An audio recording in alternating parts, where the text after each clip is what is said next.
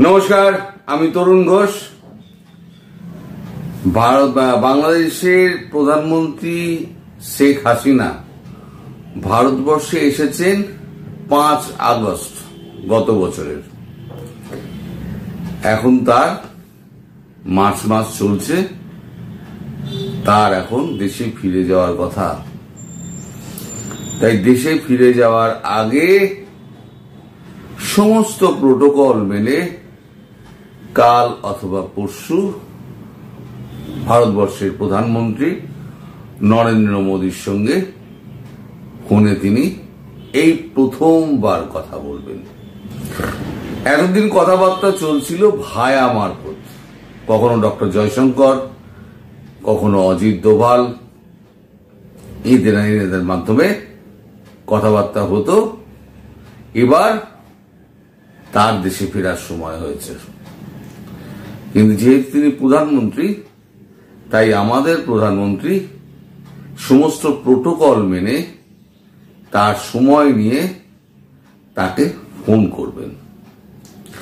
এখন এই ফোন করা ডেট বা টাইম কাল পরশু কখন হবে সেটা কিন্তু আমি জানি না, জানতে পারিনি। শুধু এইটুকু জেনেছি কাল অথবা পরশু দিনের মধ্যে তার সঙ্গে আমাদের প্রধানমন্ত্রীর কথা হবে। এখন এই যে ট্রাম্প আসছেন, ডোনাল্ড ট্রাম্প, তিনি হয়তো কথাবার্তা বলবেন।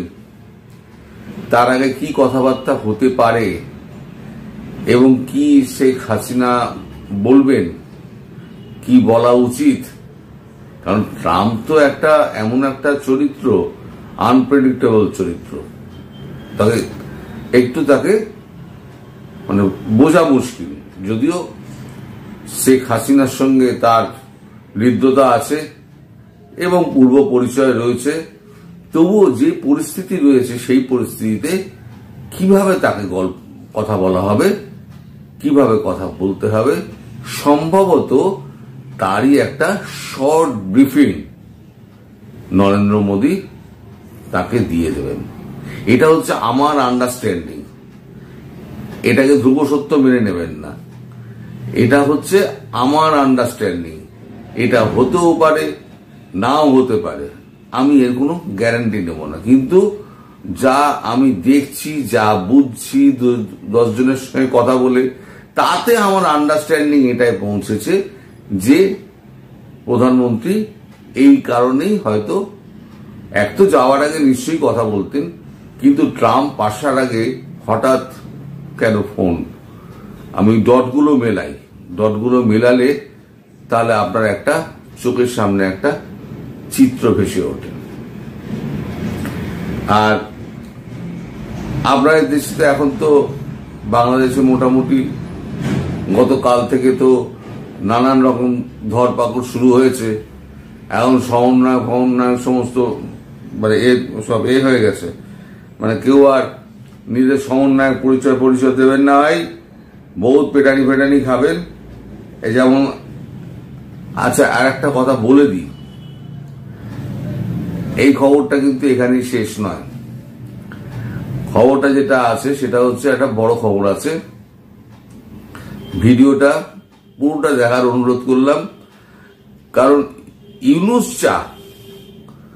তার দেশে বসে 4 জন রয়েড অ্যাসেট একটি 5-তারা হোটেলে, বিলাসবহুল হোটেলে 4 জন রয়েড অ্যাসেট কাভার্ড এজেন্ট হয়ে তারা গিয়ে কাজকর্ম সেরে এলেন।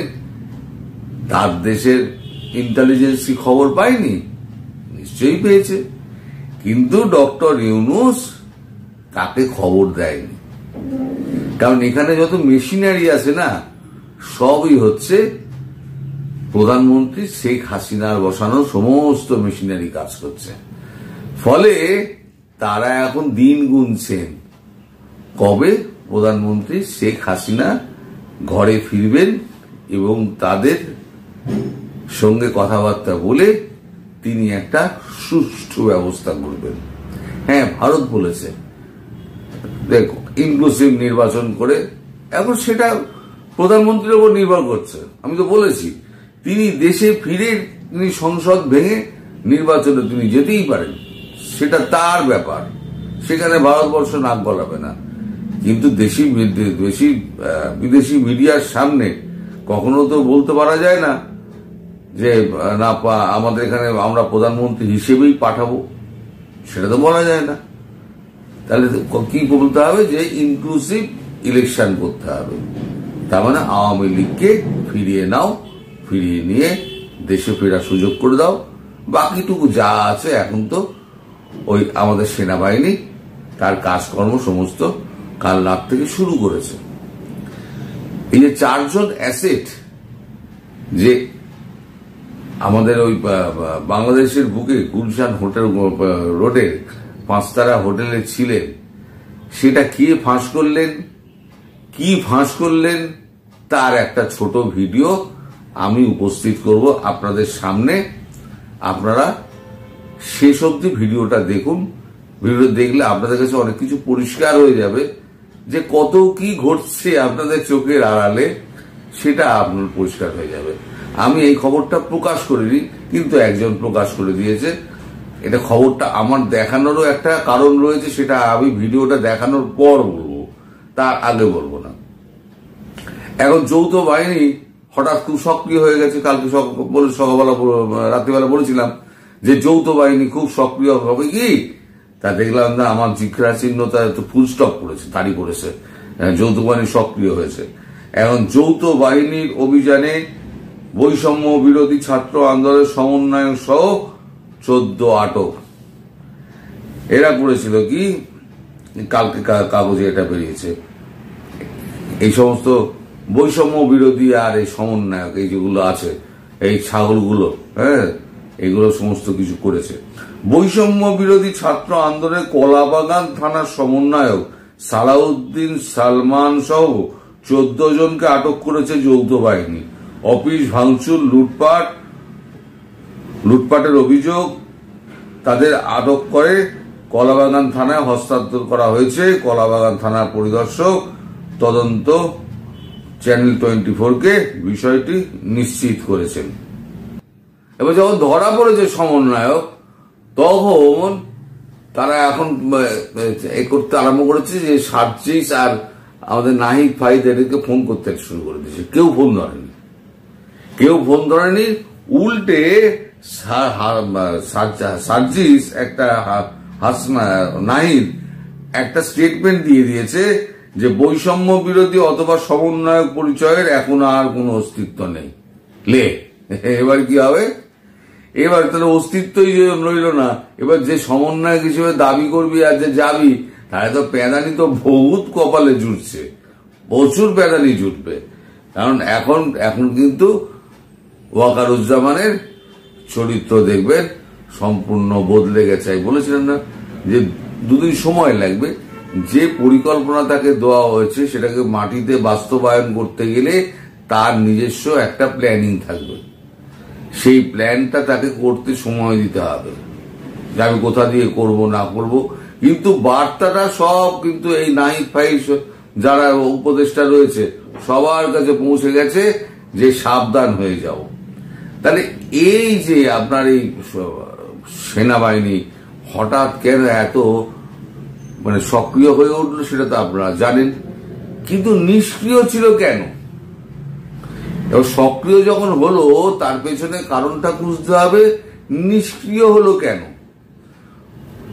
ওই ভিডিওটা 4 জন রয়্যাল এজেন্টের ভিডিওটা দেখানোর আগে আমি এই ভিডিওটা প্রেজেন্ট করছি, যেটাতে আপনার তুর্ক, তিনি যে আমাদের হিউম্যান রাইটস কমিশনের চেয়ারম্যান, তিনি বিবিসিকে, তিনি তো হচ্ছেন আপনার ওই ডিপ স্টেটের একটা অংশ, তার ডিপ স্টেটের আর একটা অংশ বিবিসিকে দেওয়া এক সাক্ষাৎকার তার এখানে ফাঁস হয়ে গেছে। সেই সাক্ষাৎকারটা আমি এখানে জুড়ে দিচ্ছি, এবার আপনার সাক্ষাৎকারটা শুনুন, তাহলে আপনাদের কাছে পরিষ্কার হয়ে যাবে। বঙ্গানুবাদ করা রয়েছে নিচে, পরিষ্কার হয়ে যাবে, খুব মনোযোগ দিয়ে শুনবেন যে কি ধমক সেনাবাহিনীকে দেওয়া হয়েছিল।